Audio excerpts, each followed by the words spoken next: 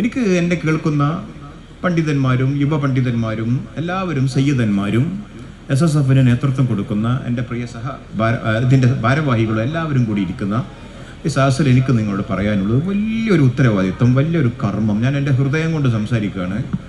നിങ്ങൾ ചെയ്തുകൊണ്ടിരിക്കുന്നത് ആത്മീയധാരയിൽ, ആത്മീയ താഴ്വാരത്ത്, ആത്മീയതയുടെ പരിസരത്ത്, നിങ്ങളുടെ ജീവിത പരിസരത്ത് ഈ കുട്ടികളൊക്കെ അവിടേക്കും ഇവിടേക്കൊക്കെ വഴിതെറ്റിപ്പോകുമായിരുന്ന കുട്ടികളെ ഒരു കൊച്ചു സ്ക്രീനിൻ്റെ ഇലയനക്കങ്ങളിൽ മാത്രം ശ്രദ്ധിച്ച് അതിലേക്ക് ശിരസിനെ കുനിച്ച് അങ്ങനെ ആരോ ആയിത്തീരുന്ന നമ്മുടെ മക്കളെ വിളിച്ചു കൊണ്ടുവന്നട മോനെ പാട്ടുപാട്, നീ പ്രസംഗിക്ക്, നീ എഴുത്, നീ വരക്ക് എന്ന് പറയാൻ ഈ പരിസരത്ത്, ഈ ആത്മീയ പരിസരത്ത് നിങ്ങൾ ഉണ്ടാക്കിയ ഒരു വേദിക്ക് സമാനമായി ഒരു വേദി വേറെ ഉണ്ടായില്ലല്ലോ.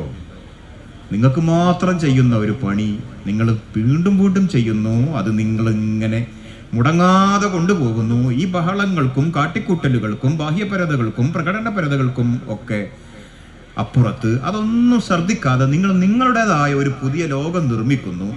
ഞങ്ങളത് പുറത്തുനിന്ന് നോക്കുമ്പോൾ എന്തൊരു സൗന്ദര്യമാണ്, എത്രമാത്രം വിശാലമാണ്, എത്രമാത്രം ഹൃദയ